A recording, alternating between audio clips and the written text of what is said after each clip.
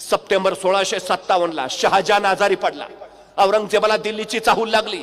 त्याला तख्तावर बसायचं होतं. महाराजांनी हेच जोखलं आणि महाराजांनी सरळ उत्तर कोकणात झेप घेत कल्याण आणि भिवंडी काबीज केलं. औरंगजेबाच्या अंगाचा तिळपापड झाला. संताप संताप झाला.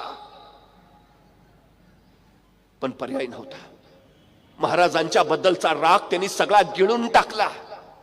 का? त्याला दिल्लीच्या तख्तावर बसायचं होतं. या औरंगजेबाने आदिलशाहला पत्र पाठवलं, 10,000 फौजनिशी मला येऊन मिळा, मग तुम्हाला दौलत जादा करतो, हवं ते देतो. आणि तसंच एक पत्र त्यांनी शिवाजी महाराजांना पाठवलं की तुम्ही फौजे सहित माझ्या सोबत या. तुम्हास येणं शक्य नसेल तर शामराज पंतांना फौजे सहित पाठवा. तुमच्या वडिलांनी उभ्या हयातीत बघितली नसेल एवढी दौलत मी तुम्हाला देईन जर मला तख्त मिळालं तर. महाराजांनी ते पत्र वाचलं आणि महाराजांनी त्या हदियाला उत्तर दिलं, तुझ्या औरंगजेबाला जाऊन सांग तुर्काला सहाय्य नाही, अजिबात नाही. शामराज पंताला फौजे सहित काय पाठवतो?